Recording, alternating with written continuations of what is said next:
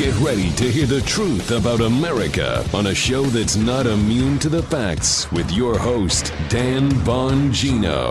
All right, welcome to the Dan Bongino Show. Producer Joe, how are you today? All set for a really big shoe, Dano. A big weekend for us. The Papadopoulos interview we did on Friday evening. We're sorry it took so long. Joe is a perfectionist, though, and wanted to make sure the audio quality was tight. Yeah. So we got it out about 9 p. Eastern on Friday. But forgive us, folks. We don't do guests a lot. So just to let you know, we started, about 6 o'clock? 6. Yeah, quarter after 6. Your skills were tested to the limit. We were marrying up a number of different files, different platforms.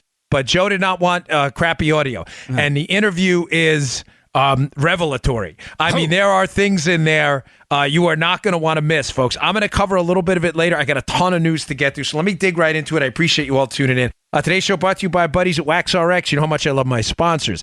I do not take on sponsors where I won't use the product or can't recommend the product highly. WaxRx is a perfect product for me. I had serious problems with this, and I'm messing with you. When I was in the Secret Service jamming that earpiece in my ear all the time, I'd have this problem with earwax buildup. And you know, you're not supposed to stick those cotton swabs in your ear. That's not what they're for. They're for the outer ear. So, you know, you'd have to go to the doctor and things like that to get it out, which is terrible. WaxRx isn't the sexiest product, but it will help you deal with earwax buildup. Here's a customer review we saw, and it'll help you avoid expensive trips to doctors to do so. I used to have to go to the doctor twice a year to get rid of my stubborn, hardened earwax. With my rising cost of healthcare, and thus the double deductible, I'd have to spend $60 per visit, $120 per year to treat my ears. Now I can do it myself with WaxRx and a significant savings that also doesn't require me to miss a half a day of work. Thank you, WaxRx. Right now, you can try the WaxRx system. It's really good. You'd be surprised what comes out of your ears, folks. By typing in GoWaxRx.com. That's GoWaxRx.com.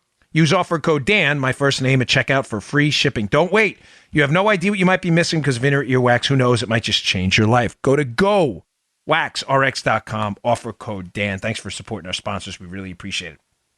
All right, couple notes here. First, just a big thank you to all of you that donated to the family of an American patriot who has since passed, Colin Johnson, a Secret Service agent friend of mine, a Marine, a warrior, and a patriot who was taken from us way too early due to pancreatic cancer. You all are amazing. I have the greatest audience ever, and I'm telling you when I say I have not met every one of you, but I've corresponded with a lot of you over email and Twitter. I love you. I love you. I mean it in the real, biblical love sense. I'm not a preacher, man, but you all are amazing, good-hearted people. Some of the notes you left on the GoFundMe page, I don't need any of the credit, by the way, please. But really, I mean it. I just want to take care of the family and help out. But some of the notes you left on the GoFundMe page for Colin Johnson, which is in my show notes from the Friday show, were just incredible. So thank you. You donated a tremendous amount of money. You're the best audience in the business. Now, on a little bit of a I don't want to get ranty on this. I want to handle this a little more reasonably, but I just want to address a few things on elections and the media because something happened this morning that, although it's about me, folks, I try not to bring up Twitter fights about me if they don't have some, this isn't the Dan Bongino rant hour. But something happened this morning. I just want to point out to you why so many Americans are furious at the media and how they pretend to be journalists when in fact they're not. They're activists. Just be honest, right? I'm not a journalist. I don't pretend to be. I appreciate facts. But I'm a conservative and an activist at heart. So I was on Fox and Friends this morning, and I was discussing the elections. I thought in a very fair-minded way. I pointed out, and I'll get into this in a second, I think 3 races that'll be indicative of how the country's going to go in the midterms, and I'll get to those in a second and why they matter. But I thought I made a pretty reasoned analysis based on some polling, some of the things we've been told by the Democrats about, Hispanic voters are going to come out in a rebellion against Donald Trump, and that's just not happening. So what happens? I get off the air, and immediately Philip Bump, fake journalist, complete zero from the Washington Post, decides to take a cheap shot at me, but he disguises it, Joe, in the tweet he writes, Dan Bongino, a quote, former police officer, commenting on the midterms. In other words, I'm not qualified. So, okay, fair enough. So I replied back on a Twitter, and I said to him, what's interesting is I'm proud to be a police officer, and I am, but I actually had the balls to run for office while you sit behind a desk and pontificate. So then his partner at the Washington Post, Aaron Blake, piles on and said, well, they should have Chironed him, the little one lower third of the screen. They should have Chironed him, 3-time failed congressional candidate. Folks, listen, I lost. I lost. I know how you feel about this, yeah. Yeah, I ran for office. I lost. There's no silver medals. No. I'm not a victim. I'm not a snowflake. I didn't lose, but, I lost, but. No, there's no silver lining. When you run for office and lose, you lose. Right. But, folks, my point isn't to make this about me. It's to show you how these media guys who've never run for office at all, they were never cops. They were never law enforcement. Most of them never even had real jobs. These are the media people who, when you do commentary on Fox, despite the fact that Joe knew me when I ran for office the first time. Ladies and gentlemen, whether you win or lose, when you run for office 3 times, you learn things. You learn things about voter outreach, volunteer stuff. We almost pulled off a huge upset in Maryland 6. We learned how to appeal to suburban voters, how to appeal to Mountain Maryland, how to appeal to the exurbs, the suburbs, issues that mattered. How to get out there, how to do you may laugh, how to do everything from sign wave. A sign wave, what do? Just wave a sign. No, there are places to go where you can go and then you can later on use QR codes and palm cards and figure out where your outreach is. The point I'm trying to make is running for office gives you valuable experience. But it goes to show you how these media types, this disparity in America, how they're the talkers. They're never the doers. They talk about cop issues. They talk about law enforcement issues, about economic issues, about healthcare issues, about candidates running for office, yet many of them have never been cops, have never been law enforcement. Many haven't been in the military. Some have. They have almost no experience in private business, no experience in healthcare at all. Yet they're the ones who sit behind a desk, and we're supposed to sit here and listen to them pontificate. Now, these 2 morons deleted their tweets, Aaron Blake and Philip Bump, but it just goes to show you, again, not to drag on about this, but folks, this is why I can't encourage you enough to entirely discount what these media people have to say unless they actually have some experience on their field of commentary. Why would you listen to a media person's analysis of Obamacare who's never been in healthcare, doesn't understand healthcare economics? These people can't even do journalism, and we're asking them to do economics and healthcare? Give me a break, please. If it means anything, just for the record, I have known you as long as we've been doing this and before. I've never once heard you ever make up some weenie excuse about why you didn't win an election. Never. No, and Joe's been privy to some very private conversations. Yes, sir, I have. I lost. Never. I never filed a lawsuit. Matter of fact, the race I lost by 1 point. Yeah. I was encouraged by a couple of prominent conservatives due to some anomalies in the balloting in Frederick, in the city of Frederick. I remember. I was encouraged. Remember?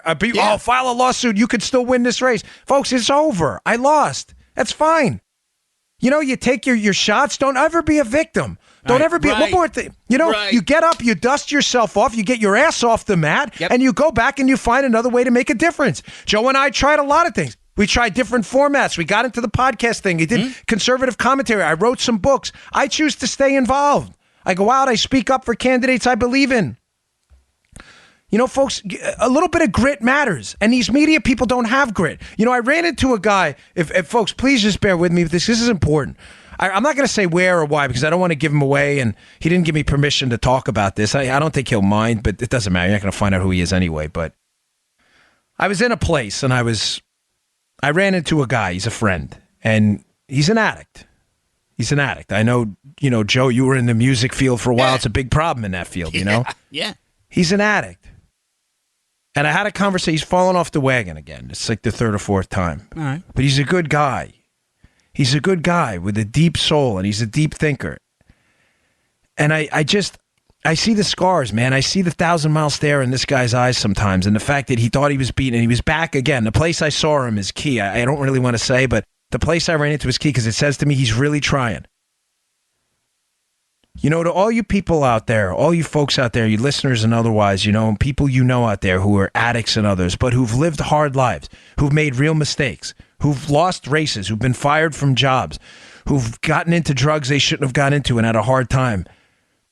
I care about you, man. I care about your opinion. Your opinion matters to me. You have lived through the school of hard knocks. You got a mop. You've swept floors. You've cleaned floors. You've cleaned toilet bowls. You've worked. You've moved boxes. You've got dirt under your fingernails. You've landscaped. You've worked for a living. You've hung sheetrock. You built things. You build houses. You've done stuff. You've actually been out there in the real world. You've made real mistakes, and you've learned from them. To all you people out there recovering and in that process of recovery, know that a lot of people like us love you, man, and we're there for you. We understand that, it's hard to get through that. but your experiences matter. Not to get off track, but that just goes to me to show the disparity between real Americans, people who've had problems with drugs, with alcohol, people who've worked, people who've been fired, people who've had to get up, people who've opened businesses that have failed, restaurants that hadn't make it, you poured your life savings into it. I care more about your, quote, journalism than I do theirs, because your experiences matter. You want to explain the Trump effect? That's the Trump effect. This is a guy who's had to build stuff. He may be worth a lot of money, but he had to produce something. When he committed to a building, the building had to be built. It wasn't talking. It wasn't sitting behind a desk at the Washington Post with your stupid detached commentary, commenting on elections you've never run in. It was real. They had to actually build the building. There are Americans out there who had real problems. You want to write about the opioid crisis? How about someone who's lived it? How about this cat I ran into this week who's, again, trying to fight back and get his life back? I care about his opinion on it. How easy is it to get? Why did he get it? Why did he feel so broken he needed to fall back again? What's going on? I care about their opinion, not these media people. They are completely detached. You want to explain away the CNN sucks chance? Maybe that'll help if you were even remotely interested. Taking pot shots. Are you serious? Whatever. All right, folks, a couple things in the election. I want to get to Papadopoulos after this. So a couple races I want you to pay attention to. I mentioned them before, but they're important. Number one, Will Hurd's race in Texas 23. We have been told by the Democrats that Hispanics, they treat them, of course, like automatons, like robots. You are not. You are God's children. You are all individuals. It's sad we even have to say that, but the Democrats treat you like a bunch of robots. Hispanic voters, Will Hurd's resides in southern Texas, a district dominated by Hispanic voters. He is a Republican running for re-election. He is up dramatically in a race that has gone both ways, Democrat and Republican in the past in the presidential. If this blue wave, and when I say wave, I mean 28 or 30 seats or more, is going to happen, then that seat would most certainly be going for the Democrat. Secondly, a race down here in southern Florida, Carlos Cabello. Again, are these the greatest conservatives in the world, folks? I'm not saying that. I'm simply suggesting to you they are far better than the alternative. And if we lose the House, we lose the chairmanships. It's a simple vote. Straight red. There's no question. I don't care how bad your congressional rep is. They promise you they'll be no worse than the Democrats running Congress. They will be it will be a disaster. You have Elvira Salazar running down here in southern Florida, largely Hispanic district, a lot of Venezuelan voters, a lot of Cuban voters. She's a Republican. She's running against a Clintonista, Donna Shalala, for an open seat, Ileana Ros-Lathan's seat. This seat was won overwhelmingly by Hillary Clinton. Yet Salazar's very competitive, which suggests to you what you already know. Hispanic voters are not robots. Brian Mudd, who hosts a local radio station down here, was on Fox News this weekend and made a great point. What Democrats are blinded by with their identity politics love affair, Joe, is that black voters and Hispanic voters are not robots. These are sentient, free-thinking children of God who think for themselves and their families. Lumping in Hispanic voters from California, New York, and Florida is one of the most racist things you can do. They're all the same. Who's they? Who's they? They're not all the same. Dopes. These are free-thinking people. My wife's a Hispanic voter. I promise she didn't vote Democrat. Hispanic voters in Florida, Joe, are individuals. They have individual stories. Many of them came from Venezuela, where socialism broke them and their families and their businesses. Many of them came from Cuba, where the Castro regime broke them, their businesses and their families. These are free-thinking people. They don't think like Democrat identity politics teach them to. Keep your eyes on those two races. It's not if Hurd, I think, will win. Salazar, even if she loses, pay attention at slim margin. Another race that I ran in, and I want to just kind of parlay this after this back and forth with these two idiots from the Washington Post, who seem to think me running for office, the fact that I lost, means nothing. That the fact that they write about it means more. I want you to pay attention to the Maryland 6th District. Joe's intimately familiar with it. It's the one I ran in. Used to be held by a Republican. They redistricted it. It's now overwhelmingly Democrat. It's about a Democrat plus 6th district. Oh, dude. I nearly won the race. I lost by 1. The two other candidates who ran in it lost by 20 and 15. Why does this race matter? Folks, it's not about me. One, the race will be over early. So you'll get a good barometer. Maryland Congressional District 6. I'll say this. I don't think the candidate on the Republican side is going to win. I hope she does. I don't think she will, based on my sense of the district. But pay attention to the outcome. Why? Because it will be indicative of the fight going on across the country in these districts that in these competitive House districts. Joe knows well. The Maryland 6 is two separate places. It is Western Mountain Maryland, and it is the D.C. suburbs. The reason my race was close, this is important, and the other two weren't, is we managed to get out and maximize the exurbs and the rural and mountain voters in Maryland. The turnout was phenomenal. Yes, sir. It was incredible.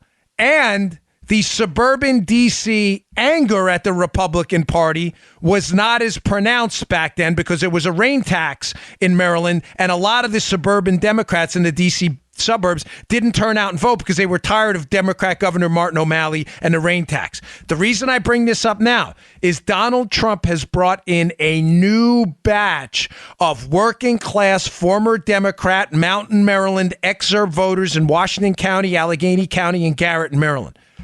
Are those new voters in the midterms that Donald Trump brought in enough to offset a lot of the suburban anger that some suburban voters have at the Trump administration ginned up by the media? That Maryland district is indicative of this. If their candidate there, the Republican candidate, even loses by even 3 to 4 points, or wins, I mean, I'd like to see her win, but if she loses by even 3 to 4 points in a race that was lost in the past by 15 and 20, it should say to you that the Republicans will have a pretty decent night because it's indicative of this fight. We're having some problems in the suburbs, but we are kicking butt in the exurbs outside of the suburbs and the rural areas and mountain areas where new Trump voters are coming. Does that make sense, Joe? Oh, yeah. That sure. Maryland 6 race has been completely ignored by a lot of people, and I cannot understand why. I almost won it. I lost by 1 point. I won on election day. We lost on the absentee count. Pay attention, folks. That race, I'm telling you, will be a bellwether for what's going on around the country, and it'll close super early. One more thing on this, and I want to move on. I have a great article from Rasmussen up at the show notes today. I also have a great article covering the George Papadopoulos interview written up by Matt. For those of you who don't have the time to listen to it, it's wonderful. Please do it. He did great. It covers the highlights. Matt Palumbo wrote a piece at Bongino.com, which I will put in the show notes today as well. So don't forget. But one more thing, an article by Rasmussen saying, is there a silent red wave coming? Now, I've got to tell you, I made my predictions. I stand by them. We'll see what happens. I think we add 3 to 5 Senate seats. And I think we hold the House by a slim margin. 2 to 3, maybe even 1. I'm optimistic, but predictions are predictions. I'm not a fortune teller. I'm not Dan Stradamus. I can only tell you based on what I'm seeing with Hispanic voters and the big, heavy turnout. But here's another reason I think Republicans stand a chance of holding the House. The Rasmussen piece is telling, Joe. Rasmussen doesn't mess around. This isn't some highly partisan outfit. They're a fair shooter when it comes to polling. The article says, hey, are we off on these polls again? And they point out some fascinating numbers, Joe. I just want to read this to you. It talks about some of the failures in 2016 based on Democrats' willingness to say who they're going to vote for, in contrast to Republicans who can be a little more reserved and not tell pollsters the truth. So here's a quote from the piece. The latest Rasmussen Reports National Telephone and Online Survey finds that, this is important, folks, 60% of likely Democratic voters say they are more likely to let others know how they intend to vote this year. 60% of Dems are, in other words, will tell the truth, right? This compares to only 49% of Republicans and 40% of voters not affiliated with either major political party. In other words, independents, non-affiliateds, and Republicans are less willing to tell pollsters who they're going to vote for. Now, he goes on, one more paragraph. He describes how this was one of the failures in the 2016 election, too. In other words, you call Democrats, they'll be like, yeah, I'm voting Democrat. You call Republicans, I don't know, or maybe they lie because they're just not willing to tell people who they're voting for.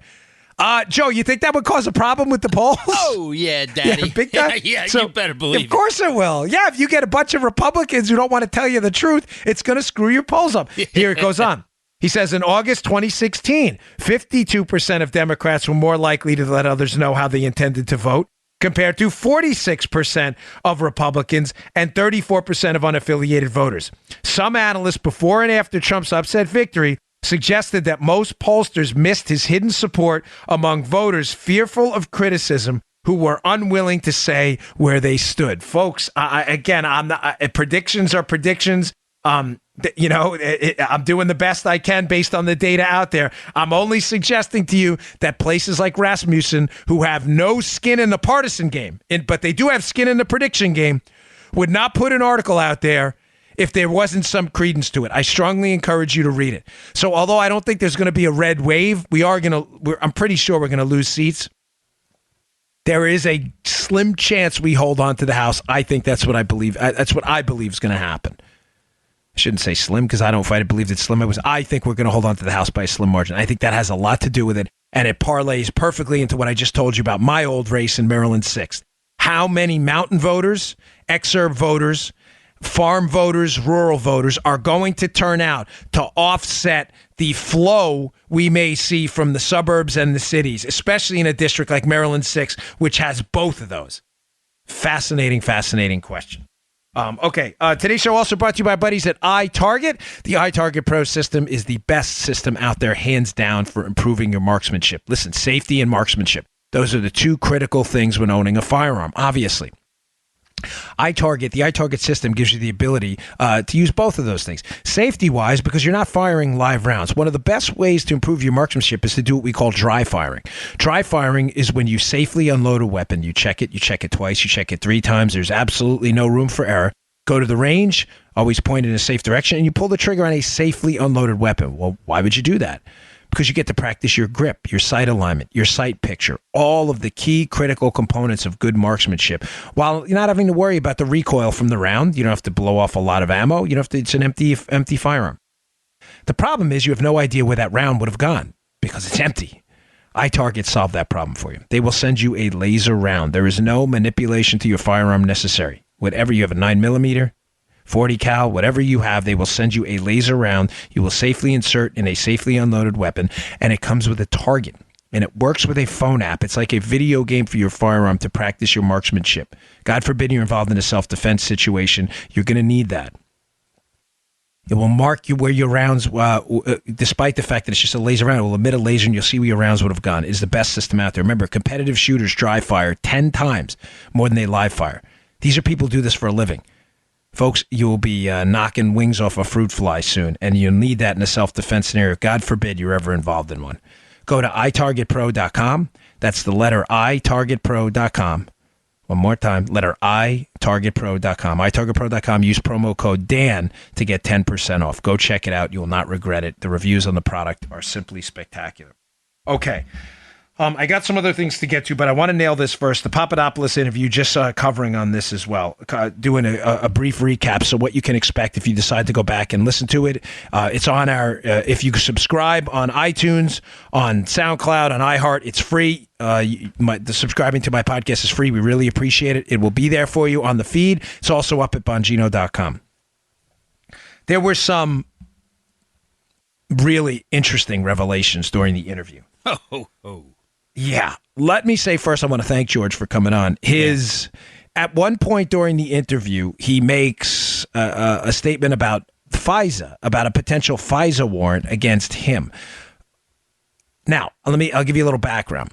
George says right around the time this was all going on, this summer of 2016, he was contacted by reporters. He didn't say who. I probed him a little bit for it, but fair enough. It's, he was nice enough to come on. I'm not going to push him on that. He says he was contacted by reporters from outlets we would know. I'm assuming some prominent liberal outlets. I don't know who they are. It could be the Post, the Times. I have no idea. He doesn't say.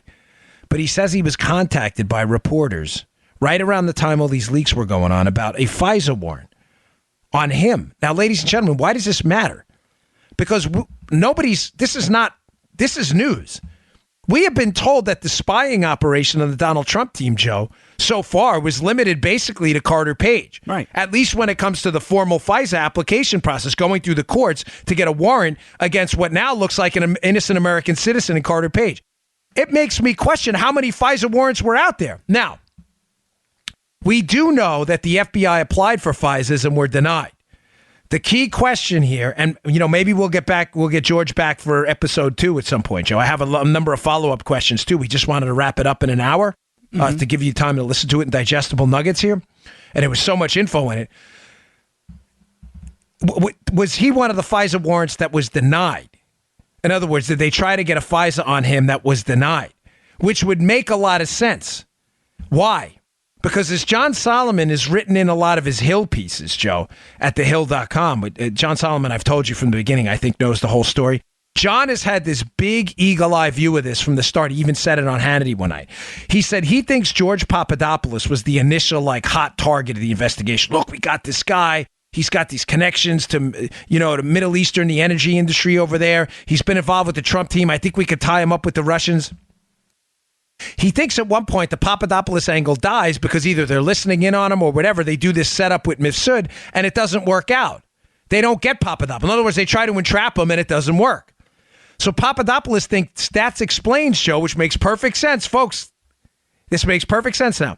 That explains the gap between the initial, what I believe, entrapment operation against Papadopoulos in April of 2016 and the FBI's failure to interview him until next year. So Solomon's theory was they start with Carter Page. They realize they've got nothing, Joe. They've got nothing. They've got nothing but a bag of dog food. Nothing. It's air popcorn. There's nothing there. They move on from Papadopoulos. They think, now we got someone, Joe. Who creeps onto the screen with them? Carter Page. What's the problem? The Carter Page investigation through FISA turns out to be a dog, too. Yes. So what do? They go back to Papadopoulos in January of the next year like, hey, guys, bad news. This entrapment thing isn't working. We tried Papa D. Listen, this is important. We tried a FISA on Papa D.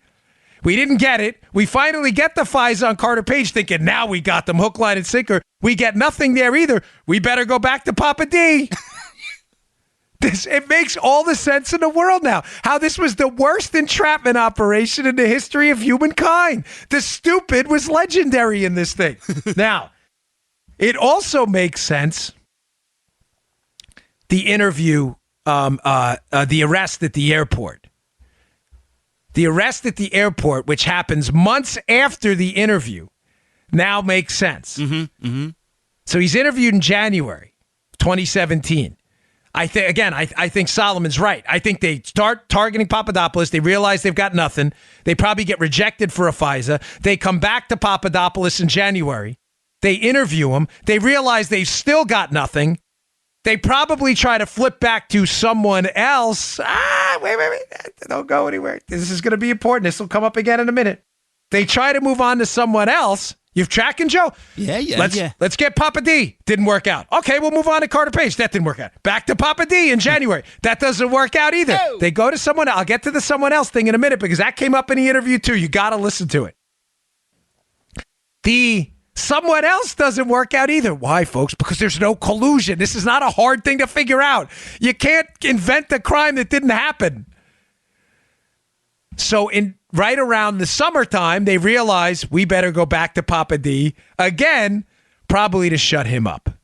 Either to shut him up or in one desperate last attempt, try to shake his tree and get some information out of it that they didn't have before. But there's no information to give. Papadopoulos was set up. How does this tie into the interview? First, he brought up the FISA thing. The fact that there may have been a FISA and it may have been denied. That makes sense. It says that Papadopoulos was, in fact, patient zero in this case. But it also explains away the airport scenario. Joe, wasn't that fascinating? Oh, man, that was the best part of the interview. My eyeballs were huge. Yeah. I know, me too. Yeah. Me and Joe, honestly, folks, we could have done that interview for 2 hours just out of respect for George's time and Joe's and everyone else and yours. We tried to sum it up in an hour. Like I said, I'll try to have him back for part 2 because there's a bunch of questions we didn't even answer. But he describes his arrest at Dulles Airport, returning from overseas. And he describes it in pretty intricate detail, and the details matter. I ask him some critical questions that, ironically, according to the interview, his lawyer hasn't told him yet. But it explains the targeting of Papadopoulos, then moving on, then coming back to him every time the FBI gets desperate. The arrest at the airport. He's returning, and I believe he's set up with this cash exchange, which he describes in even more intricate detail, with this guy, Charles Tawil. Someone gives him $10,000 overseas, this guy, Charles Tawil, in a hotel scene that he describes. You cannot miss. Listen to the show. How frightened he was and how he thought this was like he was going to die in this thing. Someone gives him $10,000. Conveniently, the exact amount of money he'd have to declare when entering the United States. And if he doesn't, he could be in a lot of trouble. Right. George doesn't bring the $10,000 back. He leaves. He senses something's wrong, according to him, and he leaves the $10,000 overseas where it's still there. I believe this may be part of the setup. He describes coming out of the airport in Dulles, again, in really incredible detail, and he thinks the bureau guys, he sees the bureau guys like ruffling through his stuff. I think they're looking for the money. Why? Because, folks, at this point, I think they know this investigation. Remember, this is 2017 now. Trump's the president. Now they're in cleanup on aisle 4 mode. They realize collusion is a myth, that they have been chasing the white rabbit forever and nothing has happened. They get it. They know it's over. Now they have to shut everybody up. They need to get Papadopoulos and get him to work and be a cooperator for something, anything. So they go to the airport, Joe, with every expectation that they're going to find Papadopoulos with what? The money. The dough. Joe's making the index finger to thumb signs when you give me the dough, right? They think they're going to find Papa Dizzle with the money. Papa D doesn't have the money. He left the money behind, so the FBI guys are panicked. Now, there are so many suspicious things about this interaction, the way he describes it. Here's number one. Having done and been involved in a lot of cases, some of them which involved people coming from overseas, or I shouldn't say, I was not directly involved. I speak with precision here on this. It's important. Having been involved in a couple of cases that involved a lot of overseas travel, I'm familiar with how the process works. I'll leave it at that. The Customs and Border Protection guys are typically the ones that will assist in any kind of an airport like arrest. Let me explain this, but I'm not doing a good job, but it's important because it explains how anomalous this whole thing is. There's a manifest for these flights. If the Bureau or the DEA or someone wants to arrest someone coming off a plane overseas, Joe, back into the United States, they will typically work with the Customs and Border guys, and the Customs and Border guys may be there for first contact, typically are. Why they weren't there for this, Papadopoulos makes no mention of being confronted by the Customs and Border guys. Maybe I'll get some more detail on this if we do another interview. He does make mention of being confronted by these FBI guys in suits. Why would the Bureau guys leave the CBP guys out of it? Why? Were they trying to keep this thing on the hush-hush? Why were they looking for the money?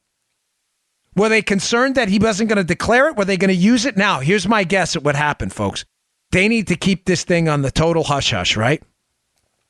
They probably have a complaint drawn up in advance. It's like a charging document. George Papadopoulos did X, Y, Z. Got it?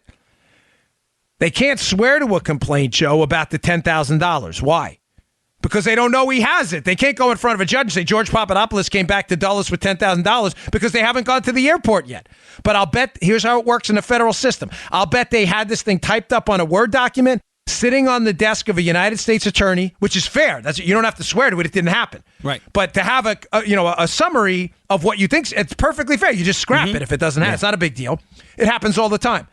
I guarantee you they had that waiting. Some kind of a charge on that $10,000. They had it waiting. They're looking for the money. They're getting ready to call that United States attorney working for the government. Hey, we got the money. Okay, let's get a judge on the phone. Let's swear to this arrest warrant right now. Well, what happens, folks? He didn't have the money. They don't have anything. It sounds to me like desperation time kicks in, and they need to desperately shut this guy up. Why? Because they don't want Papadopoulos going to the media saying I was confronted in the airport by the FBI. There's something going. They want to shut this. That's the whole point. It's the cleanup operation. Clean up, aisle 4. You got it? They need to shut this guy down, but they don't have anything. The charge they probably already typed up for some kind of a failure to a failure to declare, or some money laundering charge, or whatever it may be, isn't there. They panic. They probably go back to their January interview. They're like, listen, let's just get him on this false charges stuff where he gave the wrong date on Mifsud, which is the weakest. I'm telling you, charging people 1001 false statements to the FBI on such a loose case like this that's supposed to be so important, Russian collusion, says to me they had nothing. And at that point, they got desperate at the airport and desperately needed to shut this guy down. You know, when what tears me up is he tried to give the money back, and the guy said, no, you keep it. I don't want it back. Excellent point.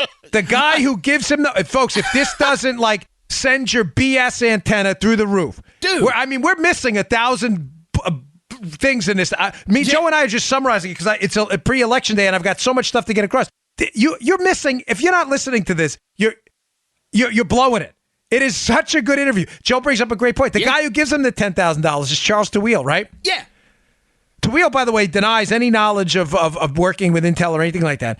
But Tawil is nervous, he says. He's sweating. Yep. Papadopoulos says he calls him and tells him, take the money back. And Tawil says, I don't want it. Why would you... Folks, come on. Let's be logical about this. If Papadopoulos' story is correct and Tawil's giving him $10,000 to work in some consultant capacity and the guy calls you back and says, I don't want to be a consultant, take your money, you say no? Who is rich enough to leave $10,000 as a tip for Papadopoulos? Right. Folks, does this make any sense? Joe's right. This is the dumbest thing I've ever heard. It's becoming clear to me that $10,000 was a setup. You get my point? They went to the airport thinking they were going to have him on this 10 grand, a failure to declare, whatever it may be, some charge. They probably didn't get it. Then they're confused. They're panicked. They need to arrest this guy on something because they need to shut him up. They want to use him later on, use him as kind of a source inside the Trump team possibly. But to use him, you need some kind of substance-based charge. Something that's going to threaten him with multiple years in jail or whatever it may be. Oh, maybe we'll get him on some money laundering or bank fraud with this money. They don't have it. What do? Well, we got to arrest him on something, guys. We don't have anything. What are you going to arrest him for? Felonious mopery in the umpteenth degree? They don't have anything. So someone probably goes, hey, didn't he tell us the wrong date with that interview in January? Oh, let's get him on that. But that's not enough to incentivize the guy to flip. It makes perfect sense now. 2 more takeaways from this. So it's clear to me now, again, they start with Papadopoulos. They got nothing. They move on to Carter Page. They got nothing on Page. They panic. They go back to Papadopoulos in January. They still got nothing. They move on again, only to come back to Papadopoulos later again in the summer to shut this guy up. Now it makes sense when Papadopoulos, right at the end of the interview, by the way, drops a Moab on us in the interview. And he's like, hey, by the way, I think there was another spy in the Trump campaign. Wait, what? Now, he has tweeted this before, to be fair, so didn't break on my show, but his description is fascinating. He says, I can't say who I think it was, but let me say this. I believe it was a low-level guy who was involved and embedded in the Trump campaign who may have been feeding information outside of the Trump campaign to some of these same entities that were targeting Trump. Folks, that's a fascinating revelation because it makes perfect sense in the timeline. Entrap George Papadopoulos doesn't work. Move on to Page. Back to Papadopoulos. Page didn't work out.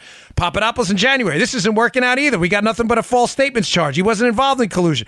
Let's go to our guy, secret guy in the campaign. Now, you may say, Papadopoulos is just saying that. Really? That's funny because Glenn Simpson, the Fusion GPS guy who testified under oath up on Capitol Hill, said under oath that there was another source inside the Trump campaign. Is Papadopoulos really crazy? Is Glenn Simpson crazy too?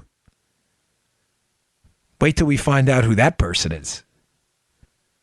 How many people did they try to take down with this thing, folks? How many?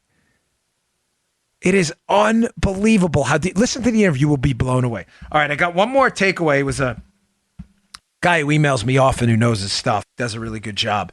And he brought up a question I failed to ask, but I want to follow up with George because it's very telling. All right, before I get to that, finally, today's show brought to you by our buddies at Brickhouse Nutrition. Love Brickhouse, one of my original sponsors. They have the finest nutrition supplements on the market. The people who develop their products there are top-notch. The doctor they have working there really, really knows his stuff. This business matters to him.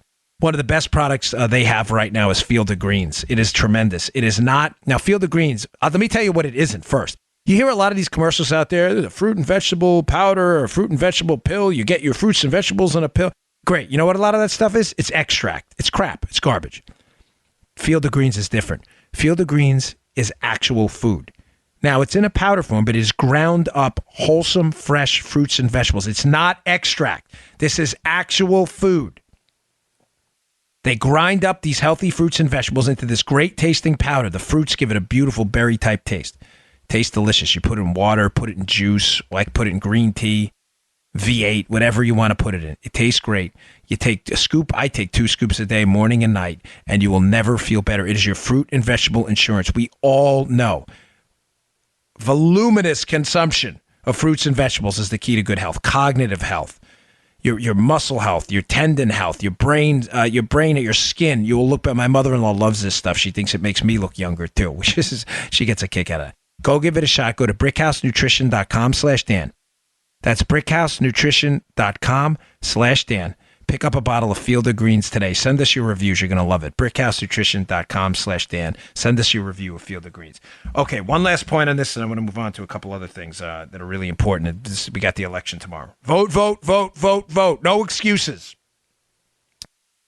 I said to George, we opened up the interview by saying, describe to us who set up this interview at Mifsud. Mifsud's the Maltese professor who tells Papadopoulos about the Russian dirt on Hillary. It starts this whole thing, right? That happens in April of 2016. Mm-hmm. I said to Papadopoulos, was this interview recorded? And I asked him some key questions. When you met with Mifsud, did he ask you to move to a quiet spot? Did he put a phone in front of you? Did he sit closer to you than, when men get together for a business meeting, they don't sit typically right next to each other. I think you sit across from me so you can look at each other, right? Right. Did he angle his seat over closer to you? Was he acting suspiciously? And Papadopoulos gave some interesting answers to that, but he seems to think he was recorded by Mifsud.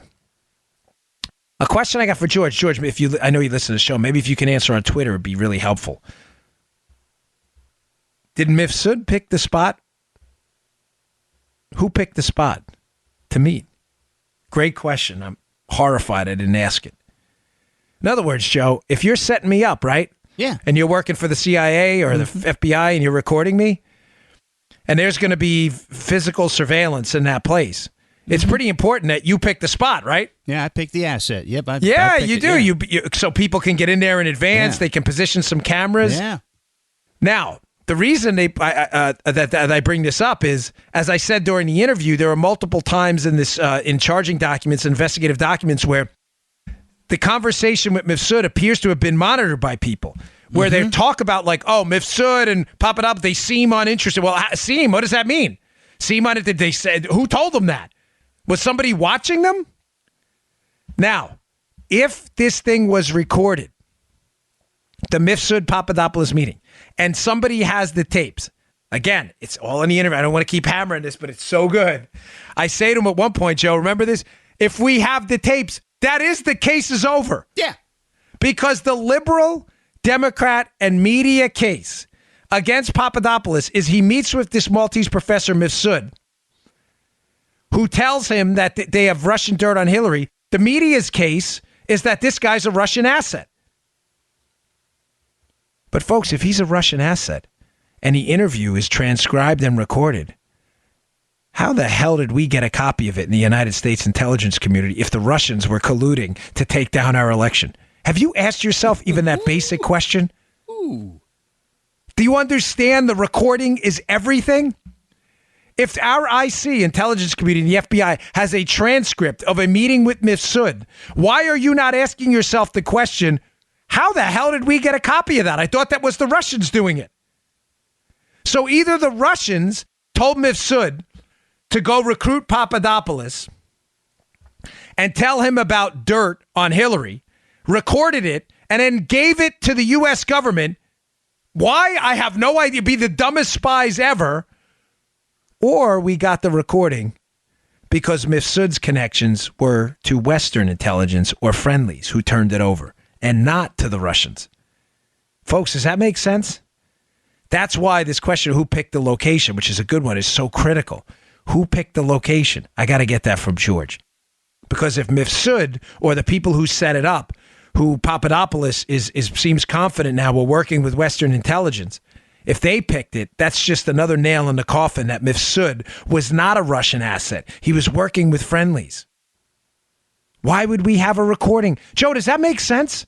Perfect. I know during the interview we hammered it, but seriously, why would we have a recording if the Russians sent an asset to recruit Papadopoulos? Why would they give us the recording? Does that make any sense to you at all? You may say, oh, maybe they want to admit to it. They haven't admitted to it.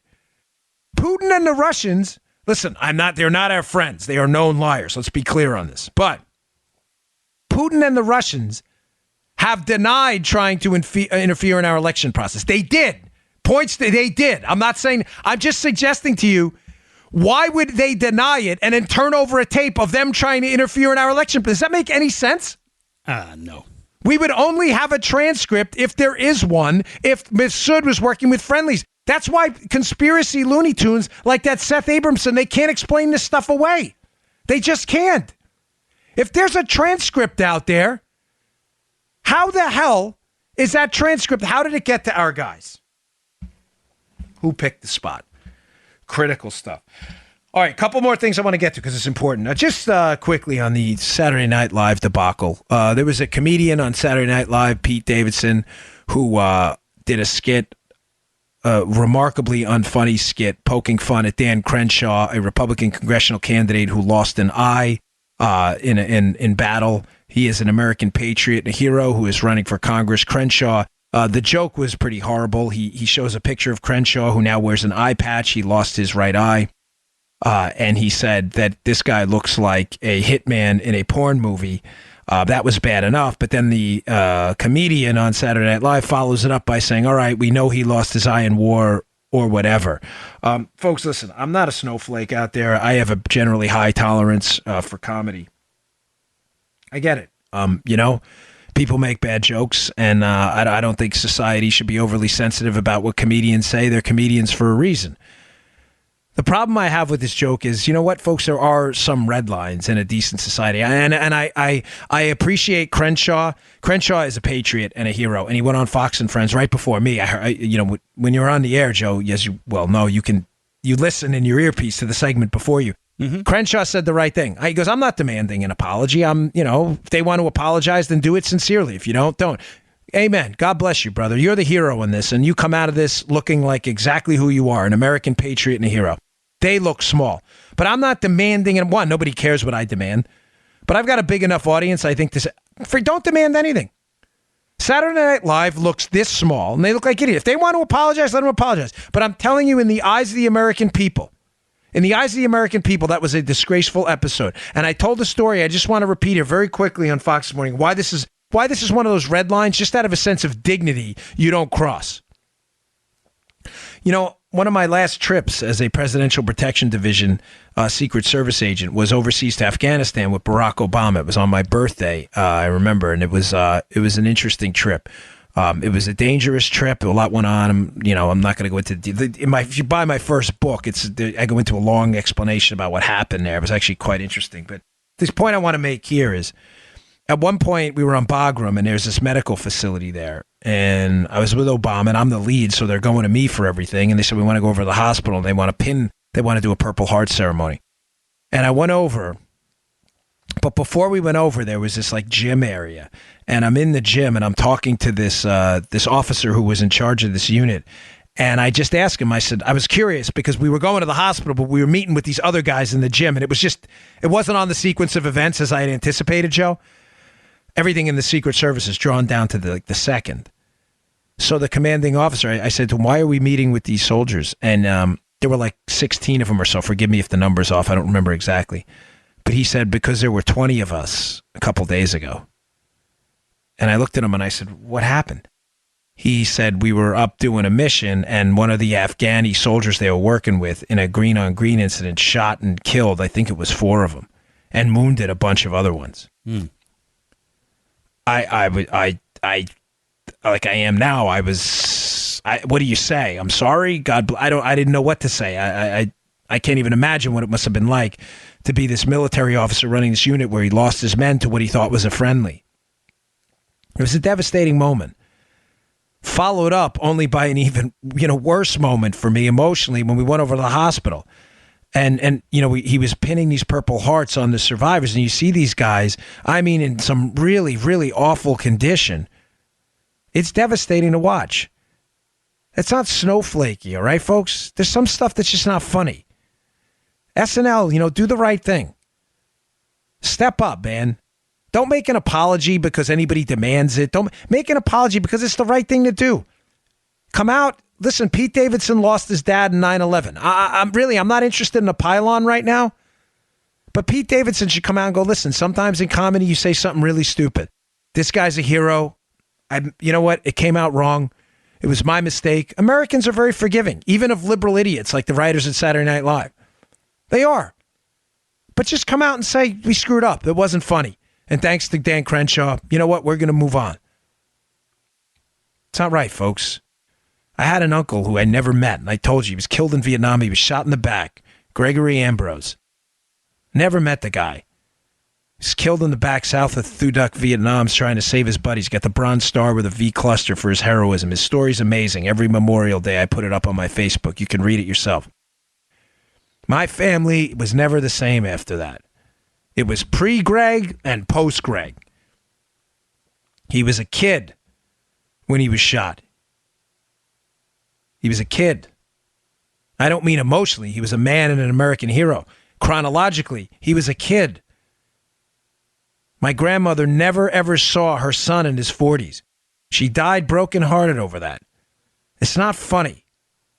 It's not whatever, and it's not a joke. Just step up and do the right thing for once, huh? Nobody's demanding anything. We're just demanding a little bit of courage and dignity. All right, so moving on. So much to get to. So there are a lot of ballot measures, folks, on the ballot tomorrow as well. I know we're getting lost in a lot of the races and, the House candidates, Senate candidates, gubernatorial candidates. I put out some tweets with some candidates I think we should all get out and vote for. I couldn't get to everyone, folks. I'm sorry. I'm trying my best here, you got John James, you got Bob Hugin up in New Jersey, Marsha Blackburn, Rick Scott, Ron DeSantis. You got Brian Kemp in Georgia. Get out and vote. A bunch of them. Heller out in Nevada. Just get out and vote. Do the right thing.